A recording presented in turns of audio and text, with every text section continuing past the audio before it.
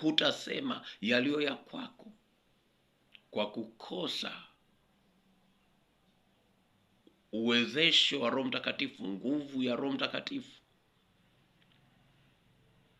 imepelekea na imekuja kugharimu katika ufalme, watu wakajikuta si mashahidi waaminifu, si mashahidi waaminifu. Maana yake watu wakajikuta wamejikita kwenye mafanikio, wamejikita kwenye kujipa utukufu.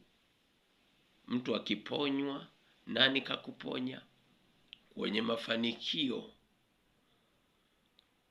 kuangalia mafanikio kuliko Mungu, kupindisha kweli kwa ajili ya mafanikio.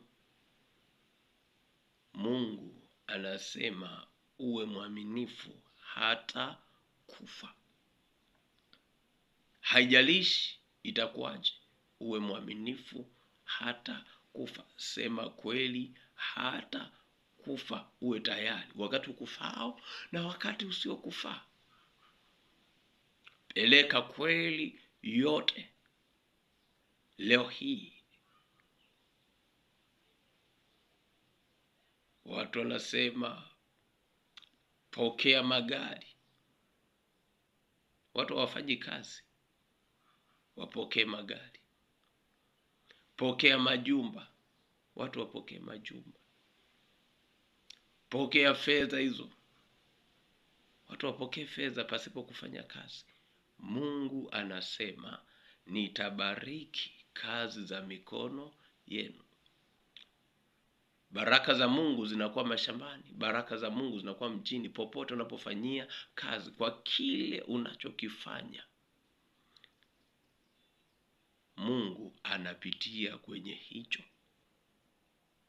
Mungu anatokea kwenye hicho, endapo amehusishwa, endapo amealikwa. Ndio maana Yesu anasema niko mlangoni nagonga nabisha hodi. Mtu akifungua, ina maana mtu akishamwalika Yesu Kristo atafanya kweli. Itafuatana na mahusiano, itafuatana na mahusiano hapo. Nielewe vizuri. Leo hii watu hawaambiwi kweli, hawawezi kupokea tu ibada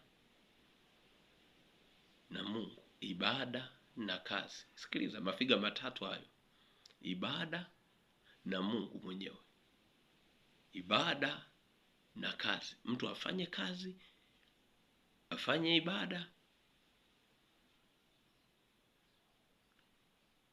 akae na Mungu.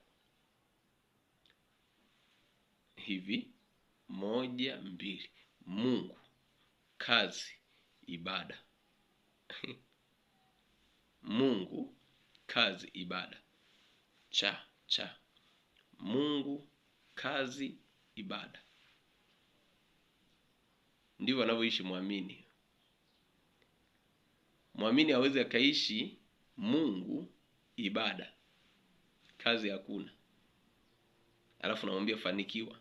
Afanikiwe huyo.